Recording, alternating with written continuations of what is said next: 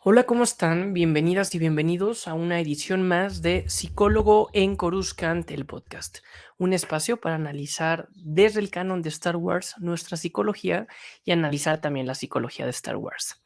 Hay una pregunta que me han hecho a través de Instagram, que no es la primera vez que me hacen, la han reformulado de forma diferente y va en torno a quién es considerado el protagonista y el héroe principal de Star Wars, que es Luke Skywalker. Y la pregunta, por resumirla de cierta forma, es, ¿Luke Skywalker continúa vigente en nuestros tiempos? ¿Y esto a qué se refiere?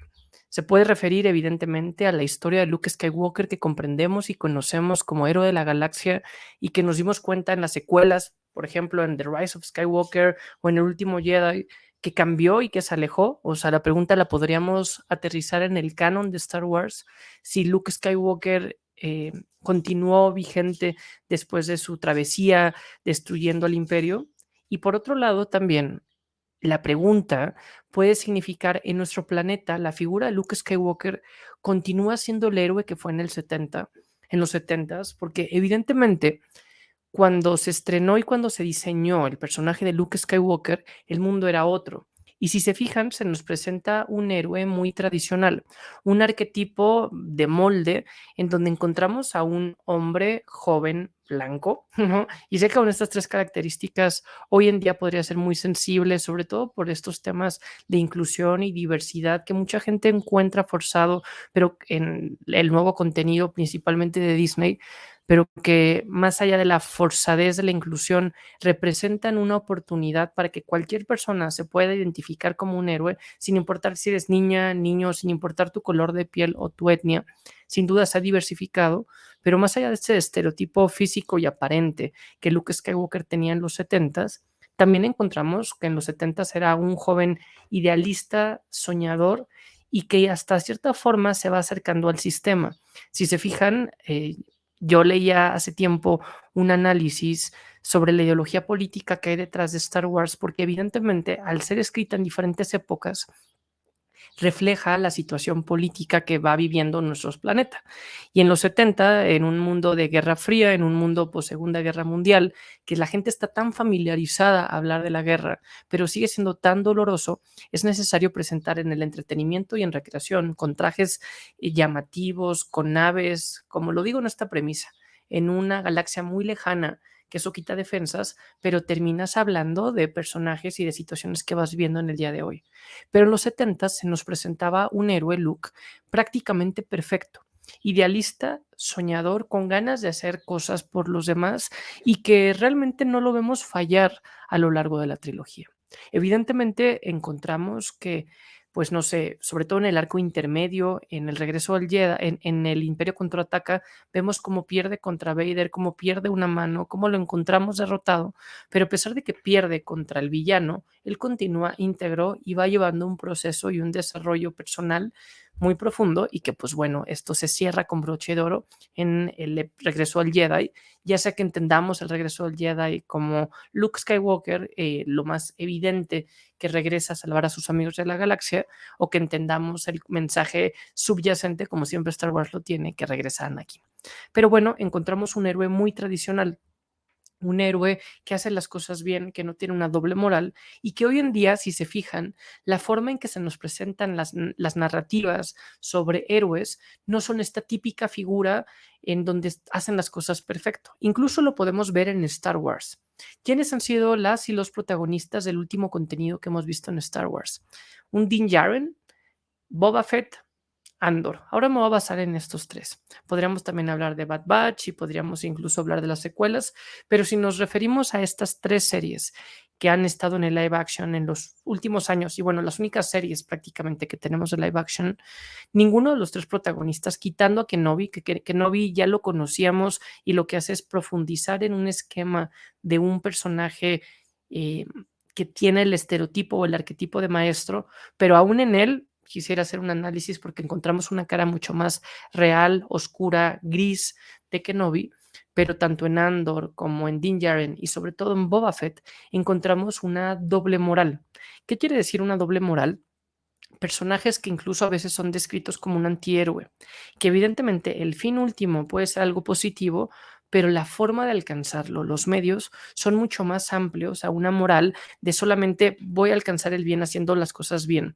Acá, por ejemplo, yo creo que el ejemplo más claro es Boba Fett, que lo conocíamos como un villano y que incluso nos damos cuenta de qué forma no se redime, pero su arco termina siendo mucho más noble al momento de querer tener una experiencia, o sea, tiene una experiencia fuerte de vida que prácticamente todo lo que conocía es destruido, su traje, su nave, el imperio, su rol como cazarrecompensas, y pues tiene estos momentos que usualmente llamamos como tocar fondo. Aquí en un Sarlacc tocó fondo y bueno, sabemos que su experiencia humana lo lleva a vivir con los Tosken, a vivir una tribu, a vivir una familia y a realmente darse cuenta de las injusticias mucho más tribales, mucho más urbanas que pasan en Tatooine y cómo cuando él llega a poder se asegura de seguir teniendo el poder a través del respeto y no tanto a través del miedo.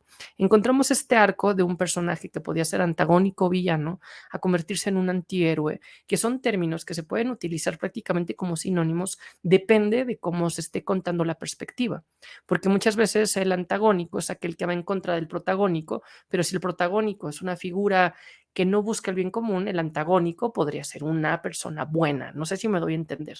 Y usar el catálogo bueno o malo, pues es muy simplista, pero ayuda bastante a darnos cuenta de la intención que hay detrás. Y por ejemplo, con Din Djarin y con Andor, es un arco muy parecido en donde los encontramos que van a encontrar, o sea, tienen esta fórmula igual que Boba Fett del lobo solitario, que se aíslan un poco del sistema para poco a poco irse acercando a él sin quererse acercar. Se acercan por una causa más grande. Esto es contrario a lo que Luke representaba, porque Luke estaba fuera del sistema, pero él se quería acercar. En esta ideología política detrás de episodio 4, nos damos cuenta incluso cómo Tatooine representaba las afueras del desarrollo y cómo él dice, yo quiero ser parte del desarrollo, aunque yo lo quiera cambiar. Pero él voltea, es muy simbólico las primeras escenas que vemos de Luke, incluso las que fueron eliminadas, que voltea, ve las batallas de las naves en el espacio y se da cuenta que él está en las periferias y que para hacer un cambio, ¿quién tiene que estar dentro del sistema? ¿No? Incluso esta invitación capitalista a ser parte de, y cómo cuando estás fuera, pues va a haber carencia, va a haber desierto, va a haber, pues no sé, todo lo que representaba Tatooine, incluso caos. Y Luke se quiere acercar y si se fijan, el primer acercamiento de Luke es a través de la aventura. No es que dice, yo me quiero sacrificar por el bien de la galaxia. Ni siquiera sabía que era sensible a la fuerza. Él lo que quería era vivir la aventura.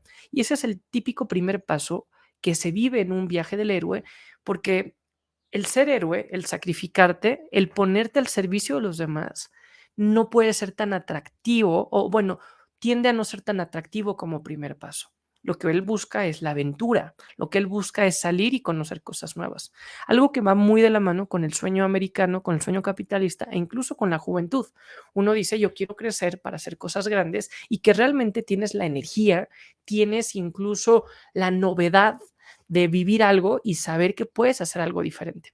No sé si les ha pasado que ustedes cuando voltean a ver su vida dicen, pues bueno, es que cuando era niño las cosas eran mejor, las películas eran mejor, las navidades eran mejor, las fiestas de cumpleaños, las convivencias, la comida, todo tenía un significado diferente y eso es un poco un truco mental en donde nuestra memoria nos juega un poco sucio por el fenómeno de la nostalgia, que nos hace darnos cuenta e idealizar que el pasado era mejor. ¿Y por qué lo percibimos como mejor? Tal vez porque era la primera experiencia que estábamos teniendo.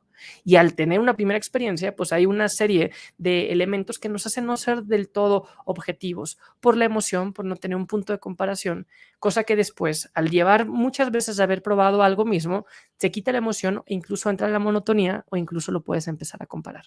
Y por eso es que uno puede voltear para atrás y decir que antes las cosas se daban mejor. ¿No? Entonces, aquí con Luke encontramos esta perspectiva que él quiere hacer las cosas diferente porque es joven, porque nunca lo ha vivido. Y por eso, cuando encontramos un Luke en las secuelas mayor, ya perdió esta chispa de novedad. Muchas veces la gente, para definir la juventud, más allá de entrar a un rango de edad, se va tanto a la capacidad de asombro. Una persona es joven cuando todavía se puede asombrar.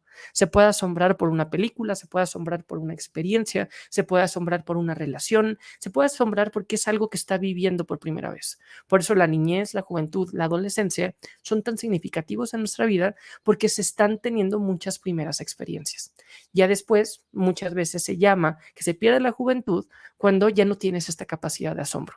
Y yo creo que esto es algo que Star Wars nos deja mucho a la gente, que a pesar de que podemos perder la capacidad de asombro para muchas cosas cotidianas en la vida, cuando vemos contenido de Star Wars, ojalá podamos mantener esa emoción que podemos decir como niños, que vas al cine y te emocionas de ver los efectos especiales. Y aquí no es por hacer infantil la experiencia o por quitarle seriedad al cine o a Star Wars, sino por esa emoción de realmente dejarte eh, involucrar, de realmente estar inmerso en un mundo de fantasía tan congruente como el que puede ser el de Star Wars.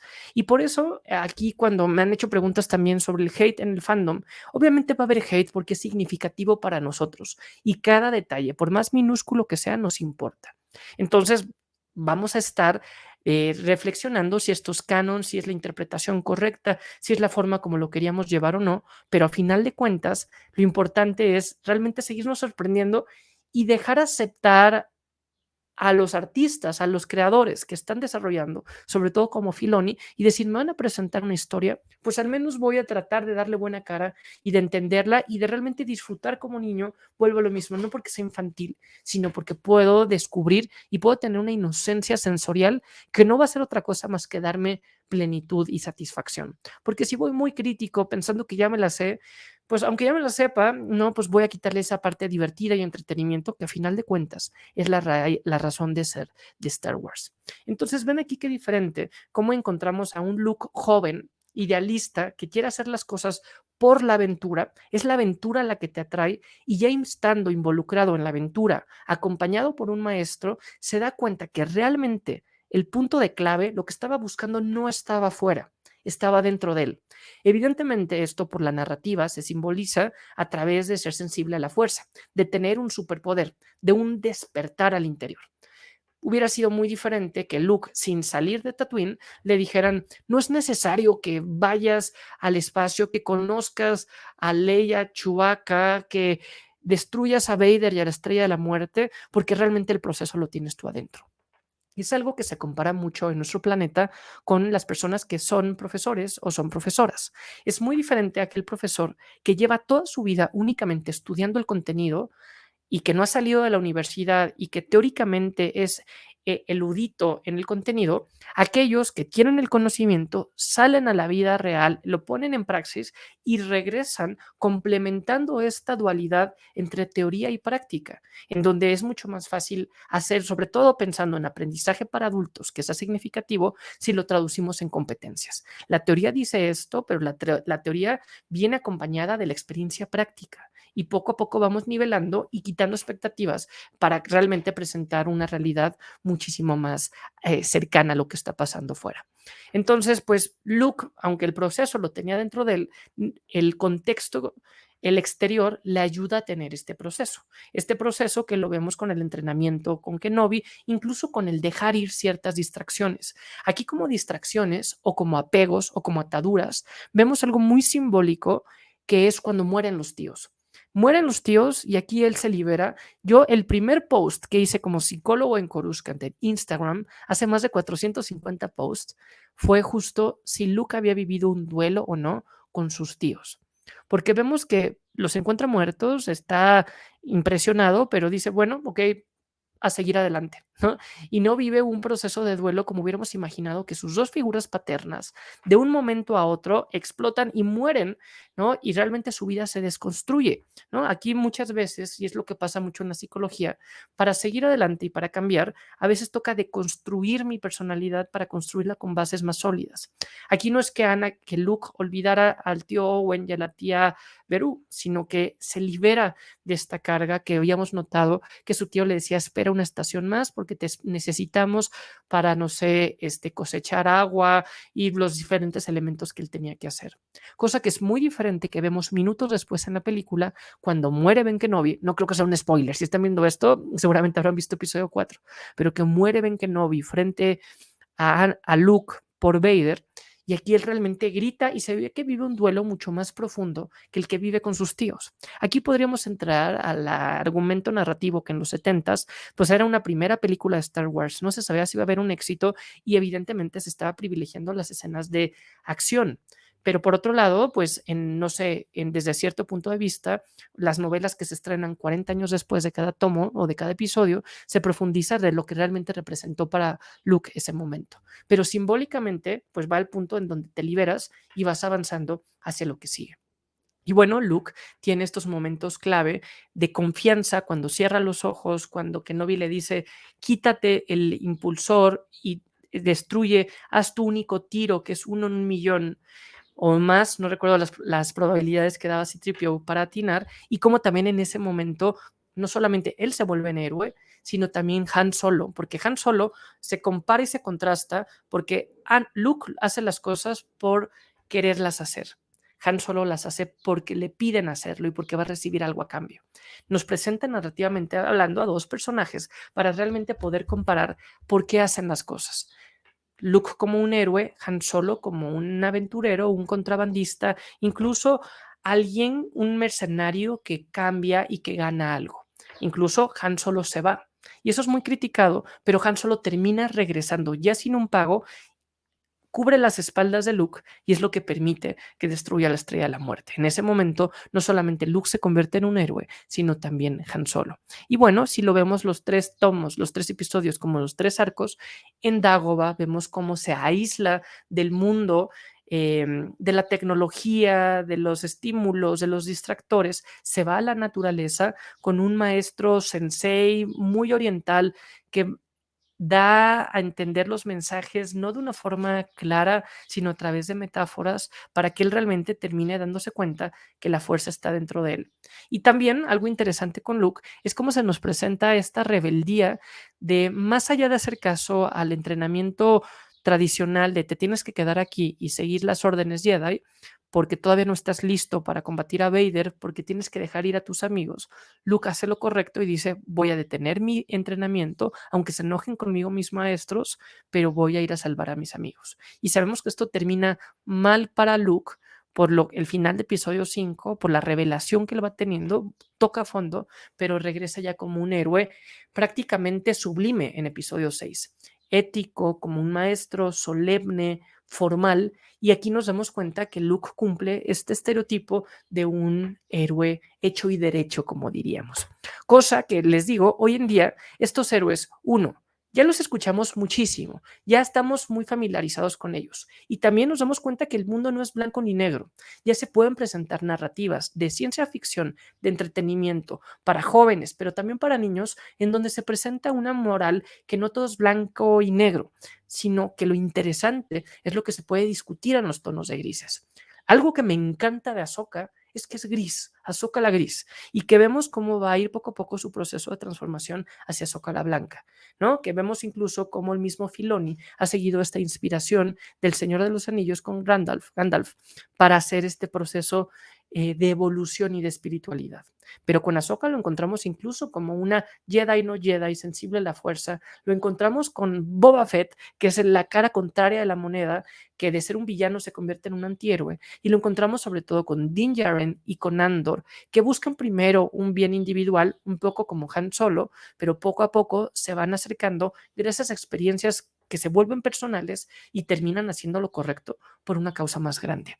Y les decía que incluso Kenobi por definición y por arquetipo es el maestro. Lo encontramos como Alec Guinness en la trilogía original, incluso físicamente con estos estereotipos simbólicos de una barba blanca, una capucha café, templado. Es un señor mayor, es un adulto que ya en la vejez demuestra sabiduría y que es bastante templado, da una que otra intervención, incluso que llama la atención a Luke un par de veces y que es el típico maestro, mago, brujo solemne que no se equivoca. Incluso cuando lo conocemos en las precuelas, nos damos cuenta que Obi-Wan Kenobi es de estos Jedi que son hechos by the book, que realmente cumplen las cosas muy bien, porque desde niño fue encontrado por la orden y fue formado para no fallar, ¿no? Es muy interesante las novelas como Maestro y Aprendiz, como Brotherhood, que se nos presentan esta otra cara de Kenobi, en donde vamos encontrando un proceso de un Jedi casi perfecto. Pero ¿qué es lo que pasa? Lo que nos presentaron recientemente en su serie, que más allá de que no haya tenido la producción cinematográfica por la pandemia y por las prisas de producción que hubiéramos querido, nos terminan presentando una historia en donde este maestro solemne, como puede ser Obi-Wan Kenobi, tan congruente como lo es, lo encontramos con una depresión, lo encontramos con una post-traumatic stress disorder, cosa que lo humaniza bastante y nos vuelve mucho más fácil de identificarnos y decir, este es el Kenobi que yo pensé, un señor descalzo, loco en una cueva que lleva años, tal vez incluso sin bañarse, y que está aquí en este proceso con un duelo no resuelto, con una culpa que lo persigue, pensando que él había matado a Anakin y cómo evidentemente a lo largo de la serie termina liberándose de esta carga impuesta al darse cuenta que la decisión que tomó Anakin no fue culpa de Kenobi. Kenobi tuvo un papel clave como su maestro, como su hermano, pero como la responsabilidad de nuestras acciones no depende de tu maestro, no depende del contexto. Sin duda influyen, nos pueden ayudar a entender un poco más el contexto, nunca justificar, porque cada persona es libre de sus decisiones y Anakin, más allá de lo que haya vivido, él tomó la decisión y debe de asumir las consecuencias de haberse convertido en Vader. Entonces, aquí podemos encontrar como si hoy nos presentaran nuevamente episodio 4 con este look casi perfecto, podría entrar aquí una discusión de qué tan relatable, qué tan fácil nos podríamos identificar con ese look, que es muy diferente porque decimos, yo me identifico con ese look porque fue el que conocí en mi niñez, en mi infancia, en los 70s, que otro era el mundo, e incluso con esta narrativa. Yo, por ejemplo, cuando se habla de hoy la corrección política que existe ante en mil cantidad de chistes, en mil cantidad de contenidos que ya pueden existir una censura y uno dice, no, pues es que ya no aguantas nada, eres la generación de cristal, no se puede tomar todo tan en serio. Y aquí la realidad, y decimos, bueno, si viéramos Seinfeld, si viéramos Friends, si viéramos esta serie, hoy sería muy incorrecta, The Office, ¿no? Decir, la corrección política permitiría, ya no permitiría que disfrutáramos esas series porque ya no es políticamente correcto los chistes que están haciendo. La misma lógica podría ser ahora. No podríamos comparar con el aprendizaje, con la sabiduría que tenemos el día de hoy, no podemos con esto analizar o criticar el pasado. El pasado se vivió en su momento y por suerte hemos ido evolucionando. Está bien, está mal. Eso no es punto de discusión de este podcast, pero lo que sí es un hecho es que el mundo es otro en los 70s, en los 80s, en los 90, en el 2000 y ahora en el 2020, tanto por la forma de consumir contenido a través del streaming, a través de la forma en que como fans vamos compartiendo y discutiendo en podcast como este, pero también por los mensajes en las historias. Uno, porque ya conocemos las anteriores y siguen vigentes. No es necesario, y por suerte no lo han hecho, y espero que nunca lo hagan, un reboot de la Star Wars original. Bueno, el reboot podría ser episodio 7, que es prácticamente una nueva esperanza punto 2, pero al final de cuentas no es que estemos como pasa con la serie de Harry Potter, que ahora al parecer la van a volver a contar de otra forma. O como nos han contado muchas veces la historia de Peter Parker o de Bruce Wayne. Acá es la misma historia, pero no nos la han vuelto a contar. Y por eso es que la pregunta sería, ¿qué tan vigente sería si hoy nos contaran la historia de Luke Skywalker? Incluso, ¿cuál es el contenido que hemos tenido de Luke en su desarrollo en el arco, más allá de lo que vimos en Mandalorian y en el libro de Boba Fett? Encontramos a un Luke mucho más oscuro, mucho más gris, mucho más defraudado, incluso con errores. El primer gran error monumental que vemos de Luke Skywalker en pantalla es justo en episodio 8, cuando sabemos que se dejó llevar por sus miedos, por sus ideas, pensando que Ben Solo estaba atraído por el lado oscuro, por todo este engaño que tenía Snoke, que tenía Palpatine y por el mismo destino que estaba llamado a ser. Pero aquí nos damos cuenta que es un Luke que él mismo reconoce que no es bueno ser héroe, que no es bueno ser famoso. Ven aquí qué importante esta reflexión. No es bueno ser famoso porque Luke se sabe que está en el centro de la atención de la galaxia, como uno de los Jedi que queda, haber tratado de volver a empezar la academia y la Orden Jedi, teniendo a su hermana como una de las líderes de la Nueva República y sobre todo siendo descendiente sanguíneo de Vader. Entonces estaba en el punto de la comparación, en el punto de la mirada pública. Hoy, con el Mandoverse, nos vamos dando cuenta con el desarrollo de Rangers of the New Republic, que no existe como serie tal cual, pero que sí lo conocemos a través de cómo se ha ido sumando este contenido, se ha reinterpretado en las series que tenemos del Mandoverse. Nos vamos dando cuenta cómo la Nueva República, disculpen, va teniendo estas imperfecciones e incluso replicando o repitiendo errores que había tenido el Imperio y la República en su momento. Y aquí nos damos cuenta cómo Luke, por esta situación, dice, yo prefiero aislarme, ¿no? Porque cometí muchos errores como Jedi en forma pública y sobre todo te quitas la expectativa de tener que demostrar algo. Y se nos presenta un Luke que mucha gente puede decir, ese no es mi Luke, el que encontré en el episodio 7, episodio 8, que avienta el sable, más allá de la dirección y producción de Rian Johnson. Realmente, a mi parecer, psicológicamente hablando, es un arco muy natural y sobre todo muy real de lo que un Luke Skywalker podría hacer 30, 40 años después en una galaxia que tiene la mirada frente a él. Sé que no hay una respuesta, porque aquí la respuesta es lo de menos. Lo interesante es cómo la pregunta, si Luke Skywalker hoy, en 2023, continúa o no continúa vigente. Sin duda es el pilar, es el héroe de la trilogía original y es una forma muy clara de entender el mensaje que Star Wars siempre nos ha querido dar, que es la esperanza para hacer las cosas bien. Pues bueno, cuéntenme qué les pareció. Por favor, si no lo han hecho, suscríbanse, activen las notificaciones de Psicólogo en Coruscant. Háganme saber en sus comentarios qué les pareció, si para ustedes continúa o no continúa vigente. Y bueno, también les invito a que sigan Psicólogo en Coruscant tanto en Instagram como en demás redes, en donde diario estoy subiendo algún tipo de análisis, porque no me dejarán mentir. Es mucho más fácil hablar de estos temas si los hacemos desde una galaxia muy, muy lejana, así los hablamos en primera persona. Nos vemos en el próximo episodio de Psicólogo en Coruscant.